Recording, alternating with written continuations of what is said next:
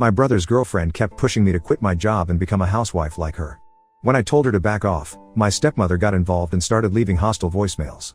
I went no contact and they're still trying to control my life through my friends. I am Maya, 24F, and I work as a software engineer at a tech startup. I have been working there for 2 years now and I really love what I do. I went to college for computer science and I always dreamed of building applications that people actually use. My salary is decent and I can afford my own apartment and pay all my bills without asking anyone for help. My brother Derek, 29M, has been dating his girlfriend Priya, 26F, for about 3 years now. She used to work as a marketing coordinator at some company but she quit her job last year when Derek got promoted to senior manager at his accounting firm. She now stays home and takes care of their apartment. They are not married yet but they live together and Derek pays for everything.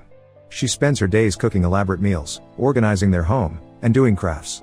She seems happy with this arrangement and Derek likes having someone take care of the household stuff while he focuses on his career. The problem started about 6 months ago when Priya began making comments about my lifestyle. At first it was small things. She would ask me when I was planning to settle down and find a serious boyfriend. I told her I was not interested in dating anyone right now because I wanted to focus on my career. I had just gotten a promotion at work and I was leading a new project that required a lot of my time and energy. Priya did not seem satisfied with my answer. She started bringing up how fulfilled she felt taking care of Derek and their home. She would talk about how peaceful her days were now that she did not have to deal with workplace stress and demanding bosses. She kept saying that women were naturally better at nurturing and creating a warm home environment. I usually just nodded and changed the subject because I did not want to argue with her. Then she started getting more direct. About 4 months ago, we were all having dinner at Derek's place and Priya asked me if I had ever considered that my career might be preventing me from finding true happiness. She said that she used to be stressed and unhappy when she was working but now she had found her purpose in life. She suggested that maybe I should try dating someone who could support me financially so I could experience what she was talking about. I told her that I was already happy with my life and my job gave me a sense of purpose. I explained that I enjoyed solving complex problems and working with my team to create something new. She laughed and said that I was just trying to convince myself because I had never experienced what it was like to be truly taken care of by a man. Derek did not say much during these conversations. He would sometimes nod when Priya was talking but he never really took sides. I could tell he was uncomfortable when these topics came up but he never told his girlfriend to stop bringing them up. The situation got worse 2 months ago when Priya started introducing me to Derek's co-workers and friends. She would always mention that I was single and looking for someone serious. She told them I was ready to settle down and start a family. I had to correct her multiple times and explain that I was not actively looking for a relationship. This made social gatherings really awkward because these men would approach me expecting someone who wanted to get married soon. One evening at a barbecue at Derek's place, Priya introduced me to Marcus, 31M, who works with Derek. She had clearly told him that I was interested in finding a husband because he immediately started talking about his stable job and how he was looking for a wife who wanted to focus on family instead of career. When I told him I was focused on my career right now, he seemed confused and said that Priya had told him I was ready to give up work for the right person. I pulled Priya aside and asked her to stop telling people things about me that were not true. She said she was just trying to help me because she could see that I was missing out on what really mattered in life. She said that career success was temporary but having a family and being supported by a loving husband was forever. 3 weeks ago, things escalated when Priya started criticizing my apartment when she came to visit. She said it looked too much like a bachelor pad and that I should make it more welcoming for potential partners. She suggested I get rid of my gaming setup in the living room and replace it with more feminine decorations. She also said my kitchen was too basic and that I should learn to cook more elaborate meals if I ever wanted to attract a serious partner. I told her that I liked my apartment the way it was and that I was not looking to attract anyone.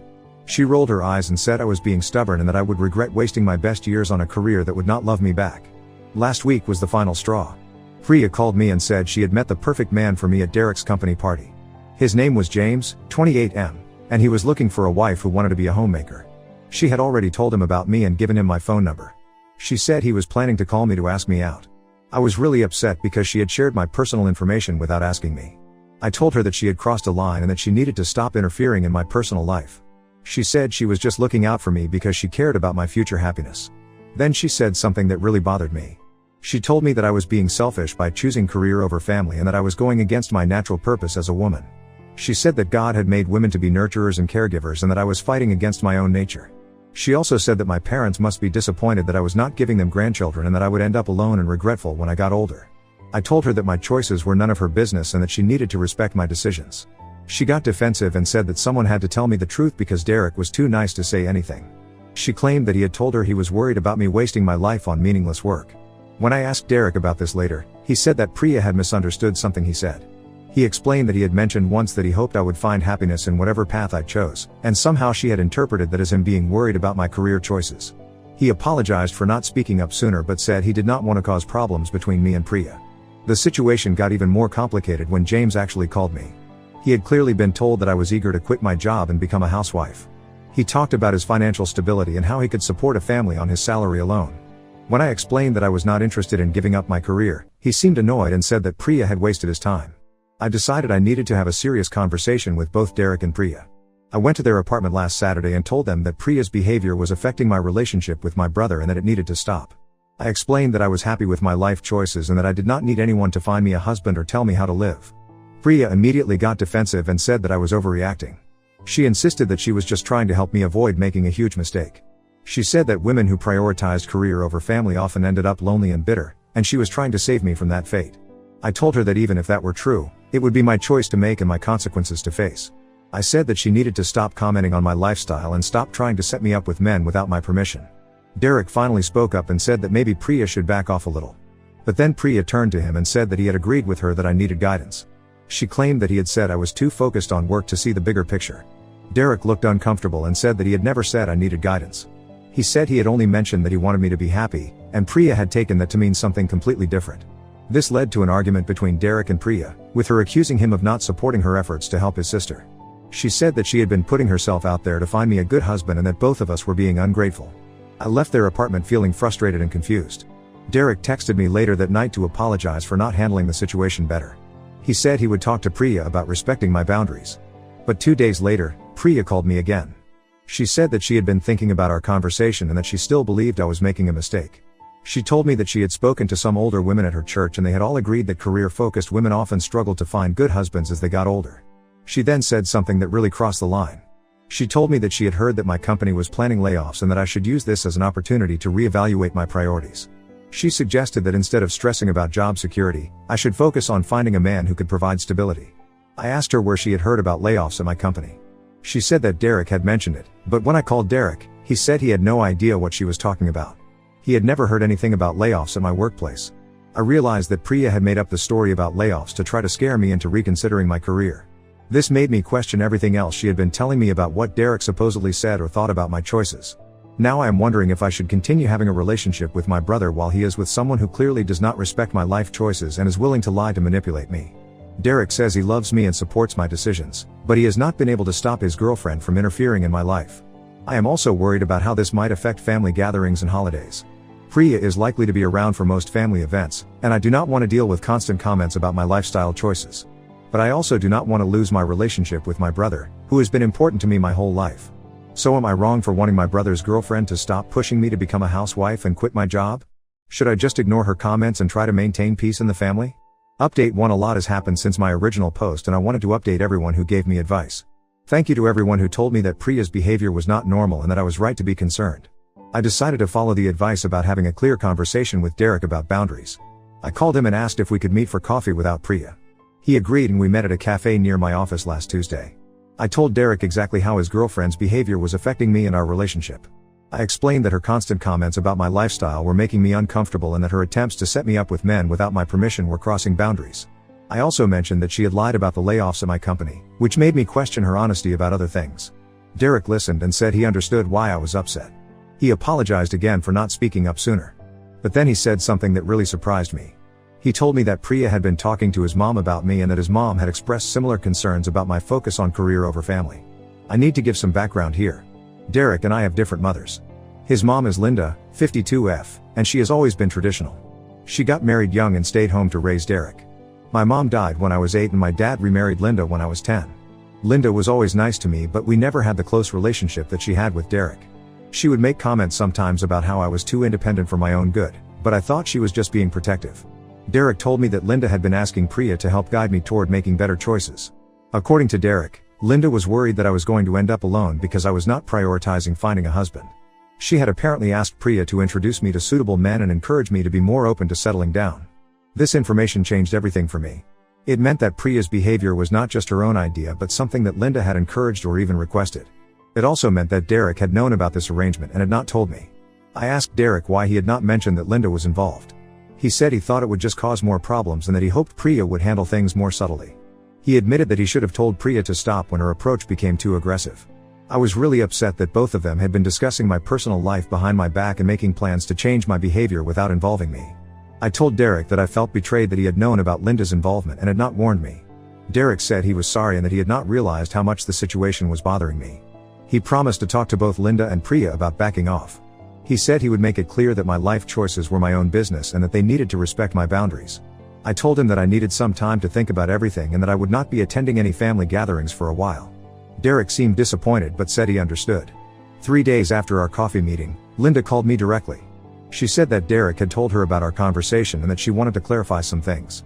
She said that she had only asked Priya to keep an eye out for good men who might be suitable for me, not to actively interfere in my life. But then Linda started saying things that made it clear she agreed with Priya's overall message. She told me that she was concerned about my future and that she thought I was making a mistake by not prioritizing family. She said that she had seen too many women who focused on career and then struggled to find good husbands when they decided they were ready. Linda also said something that really bothered me. She told me that my dad had mentioned to her that he was worried about me being too independent. She said that both she and my dad thought I might benefit from having someone guide me toward making better choices about relationships. I was shocked because my dad had never said anything to me directly about being concerned about my independence. I called him that evening to ask about what Linda had told me. My dad, 49M, seemed confused when I brought it up. He said that Linda had asked him once if he thought I was happy, and he had said that he hoped I would find whatever made me happy, whether that was career success or family or both. He said he had never expressed concern about me being too independent. This was the second time someone had claimed that a family member had said something they had not actually said. First Priya had claimed Derek was worried about my career choices, and now Linda was claiming my dad was concerned about my independence. I started to wonder if Linda and Priya were working together to manipulate situations and conversations to support their agenda. It seemed like they were taking innocent comments and twisting them to justify their interference in my life. I decided to be more direct with Linda. I called her back and told her that I did not need anyone to guide my relationship choices and that I wanted both her and Priya to stop discussing my personal life. I explained that their interference was damaging my relationship with Derek and making family situations uncomfortable. Linda did not take this well. She said that I was being ungrateful and that she was only trying to help because she cared about my future. She told me that I was too young to understand what I was giving up by not prioritizing family. She also said that Priya had been generous with her time and effort to help me, and I was being rude by rejecting her assistance. Then Linda said something that made me realize how deep this problem went. She told me that she and Priya had been discussing the possibility of organizing a small gathering where they could introduce me to several single men from their church and Derek's workplace. She said they had thought that if I met multiple options at once, I might be more open to the idea of dating with marriage in mind. I was horrified that they had been planning what sounded like some kind of matchmaking event without even asking me. I told Linda that under no circumstances was she to organize anything like that and that I would not attend if she did. Linda got defensive and said that she was just trying to help me avoid the regret that came with wasting opportunities. She said that younger women often thought they had all the time in the world but then realized too late that they had missed their chance for happiness. I ended the conversation by telling Linda that I needed space from both her and Priya and that I would not be participating in any family events where they would be pressuring me about my lifestyle choices. The next day, Derek called me and said that Linda had told him about our conversation. He seemed frustrated and said that he had not known about the matchmaking event they were planning. He said he would talk to both of them about respecting my boundaries and leaving me alone. But Derek also said something that concerned me. He told me that he was caught in the middle of this situation and that it was putting strain on his relationship with Priya. He said that Priya was upset that I was rejecting her help and that she felt like I was being selfish and stubborn. Derek asked if there was any compromise we could reach that would make everyone happy. He suggested that maybe I could be more polite about declining Priya's suggestions and that maybe I could attend one small gathering just to show that I appreciated their concern. I told Derek that there was no compromise to be made because this was not a situation where both sides had valid points. I explained that my personal life was not something that could be negotiated and that asking me to pretend to appreciate unwanted interference was not reasonable. Derek said he understood but that he was worried about how this conflict was affecting his relationship with Priya and his mom. He said that both of them felt like I was rejecting the family by refusing to consider their advice. I realized that Derek was more concerned about keeping peace with his girlfriend and stepmother than he was about supporting my right to make my own choices. This made me understand that the problem was bigger than just Priya's interference. The problem was that my family members were willing to pressure me to change my life to avoid conflict with people who should not have had a say in my decisions in the first place. I told Derek that I needed more time to figure out how to handle this situation and that I would not be available for family events for the foreseeable future. He said he hoped I would reconsider and find a way to work things out. But the situation got even more complicated 2 days later when I found out that Priya had contacted my workplace. She had called the main number and asked to speak to my supervisor. She told my supervisor that she was concerned about my work-life balance and asked if there were any employee assistance programs that could help me understand the importance of family relationships. My supervisor, Janet, 41F, called me into her office and asked if everything was okay at home. She said that someone claiming to be a family member had called with concerns about my priorities and had suggested that I might benefit from counseling about work-life balance. I was mortified that Priya had contacted my workplace and involved my supervisor in this personal conflict. I explained to Janet that there was a family disagreement about my lifestyle choices and that the person who called did not have the right to contact my employer about personal matters. Janet was understanding and said that she was not concerned about my work performance or priorities. She said that the call had seemed strange to her and that she had not planned to take any action based on it. But she wanted to make sure I was not dealing with any serious personal problems that might affect my work. I assured Janet that my work performance would not be affected and that I would handle the personal situation. But I was furious that Priya had tried to involve my employer in this conflict. When I confronted Derek about Priya calling my workplace, he was shocked. He said he had no idea she had done that and that he would talk to her immediately. He called me back an hour later and said that Priya admitted to making the call but claimed she was just concerned about my well-being. According to Derek, Priya said she thought that maybe someone at work could help me understand that I was focusing too much on career at the expense of personal relationships. She apparently thought that my supervisor might have resources or advice that could help me see things differently. Derek said he had told Priya that contacting my workplace was completely inappropriate and that she needed to apologize to me. But when Priya called me later that day, her apology did not sound sincere. She said she was sorry if I was upset, but that she had been trying to help me from every angle because she could see that I was not going to change my mind based on family conversations alone. This made me realize that Priya saw my refusal to change my lifestyle as a problem that needed to be solved rather than a choice that needed to be respected. She was escalating her efforts because she believed that I was making a mistake that required intervention. I told Derek that Priya's behavior had crossed too many lines and that I could not continue to have a relationship with him while she was actively interfering in my life and contacting my workplace. I said that I needed him to choose between supporting my boundaries and maintaining his relationship with someone who did not respect them.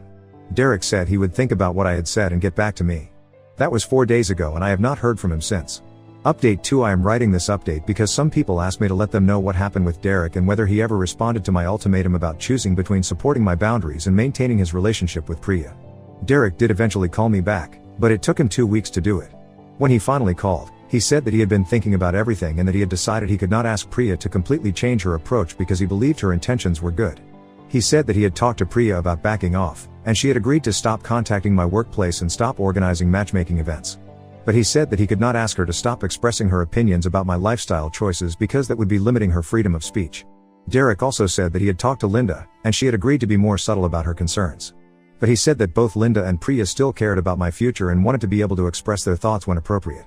I asked Derek what he meant by appropriate, and he said that they should still be able to bring up their concerns during family conversations and give advice when I asked for it. I pointed out that I had never asked for their advice about my career or relationship choices, but Derek said that sometimes people need to hear things they do not want to hear. This conversation made it clear to me that Derek was not going to fully support my boundaries. He was willing to ask Priya and Linda to tone down their behavior, but he was not willing to tell them that my personal choices were off limits for discussion. I told Derek that his solution was not acceptable to me and that I would not be participating in family events or maintaining regular contact while Priya and Linda felt entitled to comment on my lifestyle choices. Derek seemed disappointed and said that he hoped I would reconsider. He said that cutting myself off from family over this issue seemed extreme and that I was hurting myself more than anyone else. I ended the conversation by telling Derek that I was not cutting myself off from family, but that I was protecting myself from people who did not respect my autonomy. I said that the door was always open for a relationship with him if he decided to prioritize my boundaries over other people's opinions. After that conversation, I did not hear from Derek for about 3 weeks. But Linda started calling me every few days. At first, she was trying to convince me to reconsider my position. She said that I was being too sensitive and that people who cared about me should be able to express their concerns. But when I did not respond positively to her arguments, Linda started getting more aggressive. She began leaving voicemails saying that I was being selfish and ungrateful. She said that she had raised me as her own daughter and that I owed her the respect of listening to her advice. I need to clarify something here. Linda did not raise me as her own daughter. She married my dad when I was 10, and while she was always nice to me, she made it clear that Derek was her priority. I lived with them until I was 18, but Linda never took on a motherly role with me. She was more like a friendly step-parent who was polite but distant. Linda's claim that she had raised me and that I owed her something seemed like an attempt to manipulate me into feeling guilty for not accepting her interference. It also made me realize that she might have been building up a role in my life to justify her involvement in my personal decisions. The voicemails from Linda continued for about a week, and they got increasingly hostile. She started saying that I was being influenced by feminist ideas that were poisoning my mind against family values. She said that I was going to end up lonely and bitter and that I would regret not listening to people who cared about me. In one particularly nasty voicemail, Linda said that my real mother would be ashamed of the person I had become and that she was glad she was not alive to see how selfish and ungrateful I had turned out.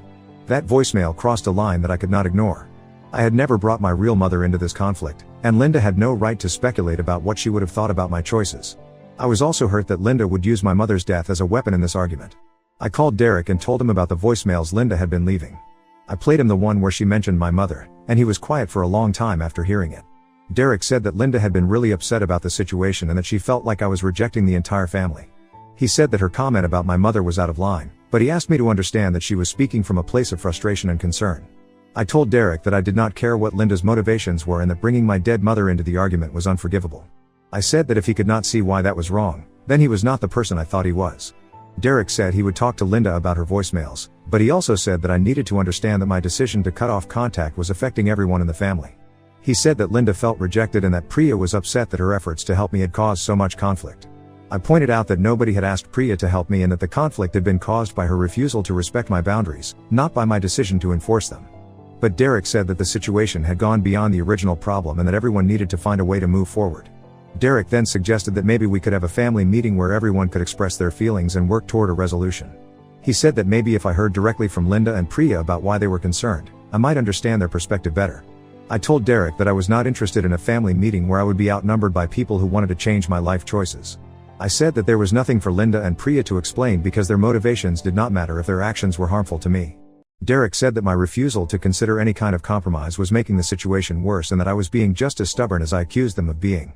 He said that families were supposed to work through conflicts together, not cut each other off when things got difficult. I realized during this conversation that Derek was never going to fully understand my position. He saw this conflict as a disagreement between family members who needed to find middle ground, rather than a situation where some people were violating boundaries that should have been respected from the beginning. I told Derek that I was done trying to explain my position and that I would not be changing my mind about maintaining distance from Linda and Priya. I said that he was welcome to have a relationship with me that did not involve them, but that I would not be participating in family gatherings or conversations where my lifestyle choices were up for discussion. Derek said he was disappointed in my decision and that he hoped I would eventually realize that I was hurting myself more than anyone else. He said that Linda and Priya would move on with their lives, but I would be the one missing out on family relationships. After that conversation, I decided to block Linda's phone number because her voicemails were getting increasingly nasty and I did not want to keep hearing her attacks on my character and my mother's memory. 2 weeks later, I found out that Priya had been telling people at Derek's workplace that I was having some kind of breakdown and that I had cut off contact with my family because I could not handle their concern about my life choices. One of Derek's coworkers who knew me from social gatherings reached out to ask if I was okay and if there was anything he could do to help. I was embarrassed that Priya was spreading stories about my mental health at Derek's workplace, but I was also grateful that someone had contacted me directly to ask about the situation. I explained to Derek's coworker that there was no breakdown and that I had simply decided to limit contact with family members who would not respect my boundaries.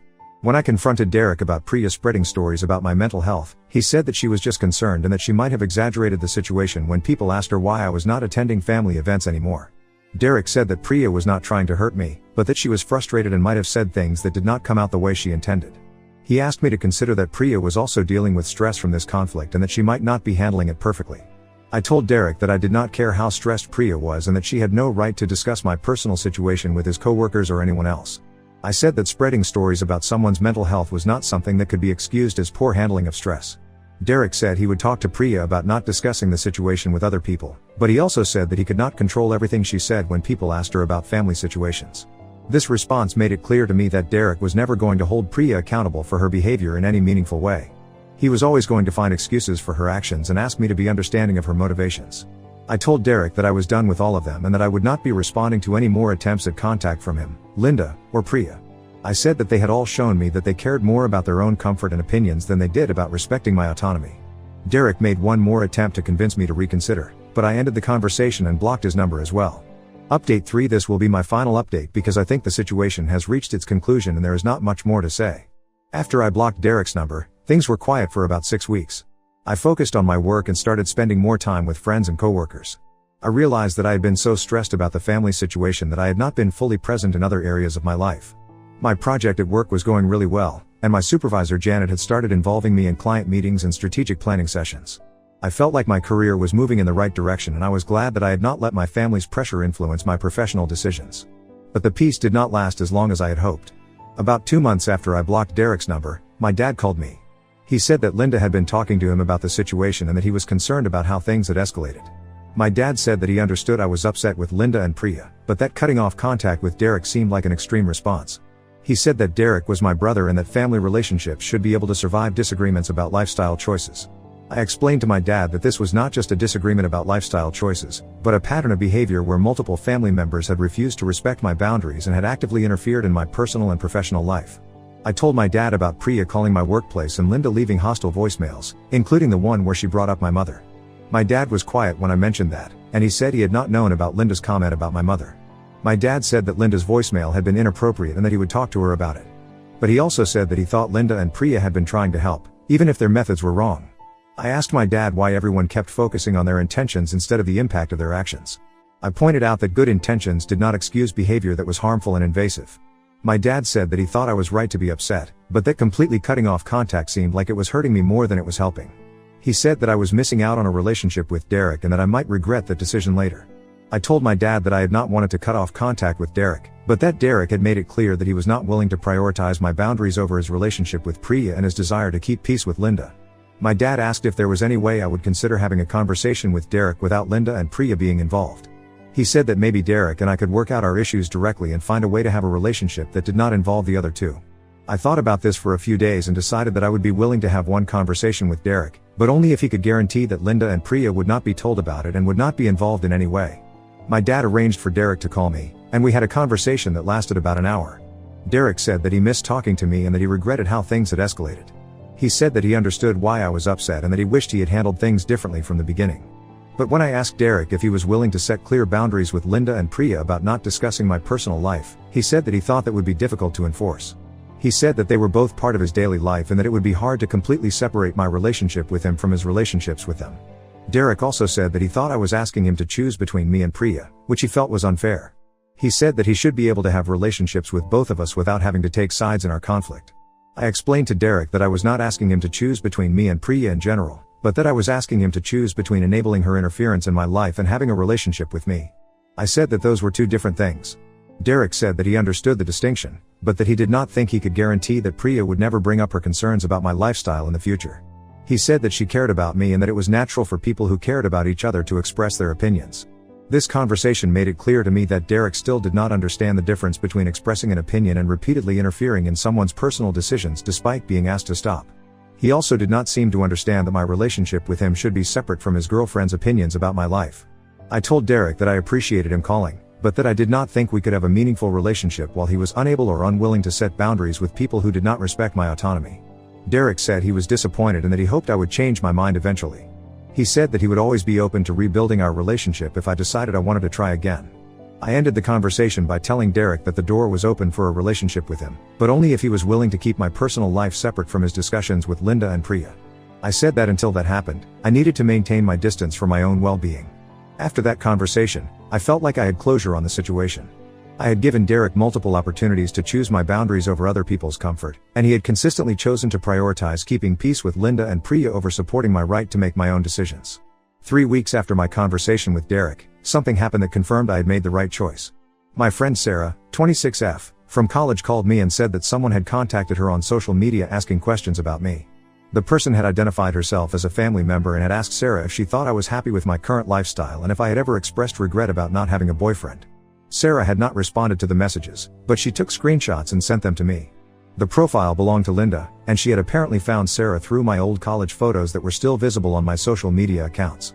I was disturbed that Linda was now contacting my friends to gather information about my personal life and potentially spread her opinions about my choices. This showed me that even after months of me maintaining no contact, she was still actively trying to interfere in my life. I decided not to respond to this development or tell my dad about it. I realized that every time I tried to address Linda's behavior through family members, it just created more opportunities for conflict and manipulation. Instead, I focused on building stronger relationships with people who respected my choices and supported my goals. I started attending professional networking events and joined a hiking group where I met people who shared my interests. At work, I was promoted to senior developer and was given the opportunity to lead a team on a new project. My supervisor Janet mentioned that she was impressed with my focus and dedication, and that she thought I had strong leadership potential. I also started dating someone I met through the hiking group. His name is Alex, 27M, and he works as a graphic designer. He has never questioned my career priorities or suggested that I should change my lifestyle. We have been together for 2 months now and I am happy with how our relationship is developing. Alex knows about the situation with my family, and he has been supportive of my decision to maintain boundaries. He said that anyone who truly cared about me would want me to be happy with my own choices rather than trying to force me into a life that did not fit my goals. About a month ago, my dad called again and said that Derek and Priya had gotten engaged. He said that Derek had asked him to let me know in case I wanted to reach out and congratulate them. My dad also said that Derek was hoping I might consider attending the wedding if I was invited. I told my dad that I was not interested in attending Derek's wedding if Linda and Priya would be treating it as an opportunity to continue their campaign about my lifestyle choices. I said that I wished Derek happiness, but that I could not participate in family events where my personal decisions would be up for discussion. My dad said he understood, but that he was sad about how the situation had affected our family. He said that holidays and gatherings felt incomplete without me there. I told my dad that I was also sad about missing family events, but that I was not willing to subject myself to ongoing pressure and criticism in order to maintain relationships with people who did not respect my autonomy. My dad said that he hoped things might change over time and that maybe eventually everyone could find a way to move forward. He said that he would always want me to be part of the family if I decided I was ready to try again. I appreciated my dad's position because he was the only family member who had never tried to pressure me to change my choices or suggested that my boundaries were unreasonable. He had always focused on wanting me to be happy rather than wanting me to live up to specific expectations. 2 weeks ago, I received a wedding invitation in the mail. It was addressed to me and Alex, which surprised me because I had not told Derek about my relationship. I realized that someone must have been keeping track of my social media activity or asking mutual acquaintances about my life. The invitation included a handwritten note from Derek saying that he hoped I would consider attending and that he missed having me in his life. He said that Priya wanted to apologize for how things had gotten out of hand and that she hoped we could start fresh. I decided not to respond to the invitation. I realized that attending the wedding would send a message that I was ready to resume family relationships on the same terms that had caused problems before. I also did not trust that Priya's desire to apologize was genuine, given that she had never shown any understanding of why her behavior had been problematic. Last week, my dad called to ask if I had received the invitation and whether I was planning to attend. I told him that I would not be going to the wedding and that I did not think Derek and Priya were ready to have a relationship with me that respected my boundaries. My dad seemed disappointed but said he understood my decision. He said that he would miss having me there but that he respected my need to protect yourself from situations that caused me stress. I asked my dad to let Derek know that I wished him happiness in his marriage but that I would not be attending the wedding or resuming contact unless there were significant changes in how my family members approached our relationships. As I write this update, I am at peace with my decisions.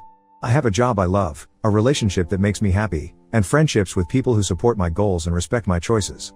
I am not lonely or bitter, despite what Linda predicted would happen to me. I do miss having Derek in my life, and I am sad that our relationship became a casualty of other people's inability to respect boundaries. But I have learned that protecting my autonomy and well-being is more important than maintaining relationships with people who view my life choices as problems that need to be solved. I hope that someday Derek will understand the difference between caring about someone and trying to control their decisions. If that happens, I would be open to rebuilding our relationship. But until then, I am focused on building a life that makes me happy rather than trying to satisfy other people's expectations about what my life should look like. Thank you to everyone who supported me through this situation and helped me understand that I was not wrong to prioritize my own well-being and autonomy. Your advice and encouragement meant more to me than you know. Now let's move to the next story. Story 2 found out my parents have been supporting my sister's secret family for years while refusing to help with my son's medical bills, leading to his death.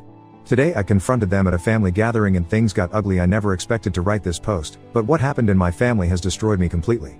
It's about how my parents and sister betrayed me in a way that led to my 2-year-old son's death. Growing up, there were 4 of us: my dad, 60M, who works as a senior insurance agent at a big firm, my mom, 58F, who teaches math at the local high school, my older sister Sarah, 35F, and me, 28F. We lived in a nice neighborhood and had what looked like a good life, but there was always one big problem: my parents' extreme favoritism towards Sarah. The favoritism started when I was very young. In elementary school, Sarah got piano lessons, dance classes, and art tutorials. When I asked to join any activities, my parents said we couldn't afford 2 kids in extracurriculars. Sarah got new clothes from the mall while I wore her hand-me-downs.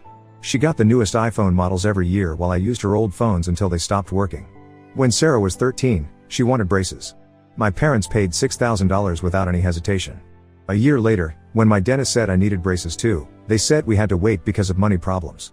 I never got them, and now at 28, I still have crooked teeth. For her 16th birthday, Sarah got a brand new Honda Civic. When I turned 16, they told me to work and save up for my own car. I spent 2 years working at McDonald's after school and still only managed to buy a used Toyota that broke down after 6 months. The pattern continued through high school. Sarah was allowed to focus only on studies and fun activities. I had to work part-time jobs to pay for basic things like school supplies and clothes. When college time came, Sarah went to an expensive private university while I had to start at community college. My parents paid all her expenses, including a semester abroad in Paris and a condo near her campus. I worked 2 jobs, one at a coffee shop and another as a campus library assistant, just to afford my textbooks and bus fare to classes.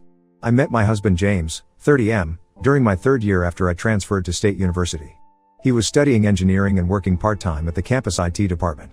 We started dating, and for the first time, I felt like someone truly cared about me. James came from a middle-class family too, but his parents had passed away in a car accident when he was in high school. He lived with his aunt through high school and worked hard to put himself through college. We dated for 3 years before getting married. I wanted a simple courthouse wedding because we were saving money for a house down payment.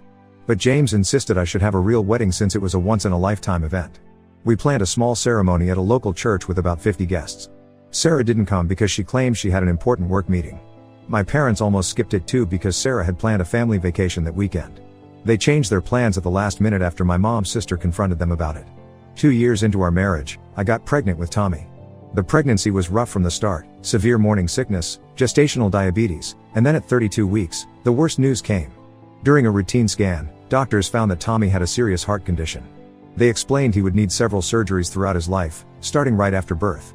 James and I were devastated but determined to do whatever it took to give our son a healthy life. Tommy's first surgery happened the day after he was born. It cost $150,000, and while insurance covered most of it, we still had to pay $30,000 out of pocket. We used all our savings and took out loans. James started working overtime at his engineering job and took freelance projects on weekends. I was working as a virtual assistant from home while taking care of Tommy. 6 months later, Tommy needed another surgery. We were already struggling with payments for the first surgery, so I went to my parents for help. They had just returned from a 2-week Mediterranean cruise with Sarah. I showed them all our medical bills and explained how we had already sold our car and cut every possible expense. They said they were having financial problems and couldn't help. I believed them because I didn't know the truth then. For the next year and a half, we barely managed. James worked 80-hour weeks until he got so exhausted he fainted at work. I took on more virtual assistant clients and started selling things from our house on eBay. During this time, my parents bought Sarah a new Mercedes for her birthday and went on 3 family vacations with her. They said these were all paid for by Sarah because she had a good job in finance. I later found out this was a lie. Last month, Tommy got much worse suddenly. His heart wasn't functioning properly, and he needed emergency surgery that would cost $50,000. Our insurance had reached its yearly limit, and we had no way to get that much money quickly. I went to my parents again, this time literally on my knees begging them for help. I offered to sign a legal contract, to pay them back double the amount, to give them our house, anything they wanted. They refused again, claiming they had no savings left because of recent medical bills. Tommy died 2 days later because we couldn't afford his surgery. He was only 2 years old. At his funeral, my parents stayed for only 30 minutes because they said they had to help Sarah with something urgent.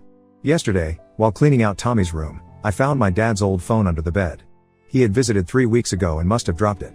The phone still worked, and when I checked it, I found hundreds of messages between my parents and Sarah. That's how I discovered the truth that destroyed whatever was left of our family. The messages revealed that Sarah had been living a completely different life that none of us knew about. She had been married for 7 years to a man named Mark and had 3 kids with him in Florida. My parents had been supporting them financially all this time, sending them huge amounts of money every month. I spent 5 hours reading through all the messages. Every month, my parents sent Sarah $5,000 for regular expenses. They paid $2,000 per month for each of her 3 kids to attend private school. They covered their family vacations to places like Hawaii and Europe. Last year, they bought them a summer house in the Hamptons for $400,000. My parents even paid for their weekly house cleaning service and lawn maintenance. The most recent messages were about a beach house Sarah wanted to buy. 5 days before they told me they couldn't help save Tommy, my parents sent Sarah $75,000 for the down payment. There were also messages about Christmas presents they had already bought for Sarah's kids, 3 new iPads and a gaming console. Each kid was getting presents worth more than what Tommy's surgery would have cost. Today was our monthly family dinner. Everyone comes to my parents' house on the last Sunday of each month, all my aunts, uncles, and cousins. My mom started this tradition 5 years ago to keep the family close. Usually, around 25 people attend. Sarah never came to these dinners, always making excuses about work commitments. Now I know she was with her secret family in Florida. I took my dad's phone to dinner. After everyone finished eating and moved to the living room for coffee, I connected the phone to the TV using screen mirroring. I showed everyone the messages, the bank transfers, and the photos of Sarah's secret life. I revealed how my parents had sent her $75,000 for a beach house while refusing to help save their dying grandson. My mom started crying and tried to hug me. I moved away from her. My dad sat there staring at the floor. Sarah, who had actually shown up to this dinner for the first time in years, just sat on the couch with a smirk on her face. She told everyone I was being dramatic as usual and should understand that she needed the money more because she had 3 kids to support. I asked her if her kids were more important than Tommy's life. She said I was crazy for making comparisons. My mom tried to explain that Sarah was their first priority because she had always been more fragile emotionally and needed more support. My dad added that they helped Sarah because she wasn't as strong or independent as me. My Aunt Susan asked them how they could let their grandson die while spending thousands on Sarah's beach house. My parents had no answer. Other relatives started asking questions about all the times my parents and Sarah had borrowed money from them claiming emergencies. Sarah got angry and said I had no right to expose her private life. She said her kids would be traumatized if people found out about this situation. I told them they weren't my family anymore. They watched my son die so they could buy Sarah a beach house. I said they were dead to me just like Tommy was dead because of their choices. Sarah started screaming that I was trying to destroy her life out of jealousy. She said I had always been jealous of her because our parents loved her more. I left their house and blocked their numbers. A few relatives followed me out and said they would support me if I wanted to take legal action. Most of my cousins have blocked Sarah and my parents on social media. But some family members are messaging me saying I went too far by exposing Sarah's secret in front of everyone. They say I should have handled it privately. James supports my decision to cut contact with them but thinks I could have found a better way to expose the truth. He's worried about how this will affect our extended family relationships. But I don't care anymore. My son is dead because my parents chose to support Sarah's luxurious lifestyle instead of saving their grandson's life. Update 1: A lot has happened since I exposed Sarah and my parents at the family dinner. More family members have been coming forward with stories about Sarah's manipulation and my parents' lies over the years. Each new story makes me realize how deep their deception went. My Aunt Linda called me 3 days after the dinner. She broke down crying and told me about lending Sarah $30,000 last year. Sarah had claimed her oldest son needed emergency surgery for appendicitis.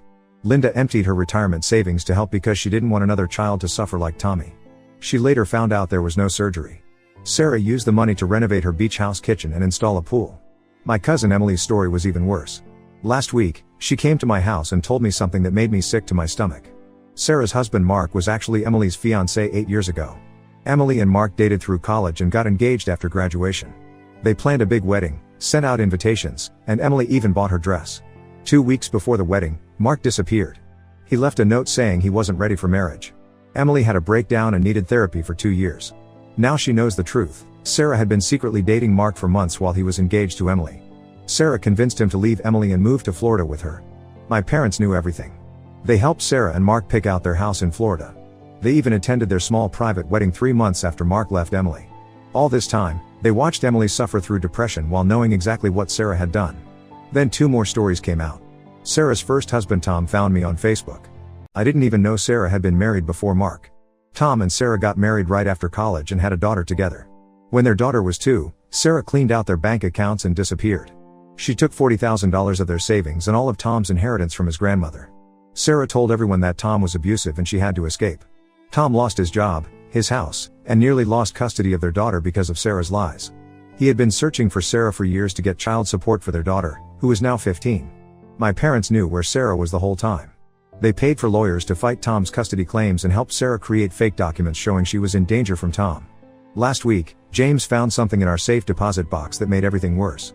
When Tommy was born, my parents opened a trust fund for him, just like they claimed to do for all their grandchildren. They promised to put $1,000 into it every month until he turned 18. The trust should have had over $100,000 in it. We found documents showing they had been transferring all the money to accounts for Sarah's kids instead. James kept digging through our papers and found more evidence of their deception. Every time we applied for financial assistance for Tommy's medical bills, my parents wrote letters to the hospitals saying they couldn't help us because they were retired and living on fixed incomes. But their bank statements show they were making huge transfers to Sarah during this same time. My dad's secretary reached out to me through LinkedIn. She said my dad had been using company money to help Sarah, marking the transfers as business expenses. He falsified documents to show Sarah was a business consultant for his insurance firm. The secretary estimated he had diverted over $200,000 of company funds to Sarah in the past 3 years.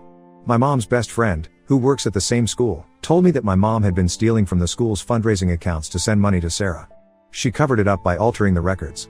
The school raised money every year for student medical emergencies. My mom was in charge of this fund and had access to all the accounts. Sarah has been trying to contact me from different phone numbers since I blocked her.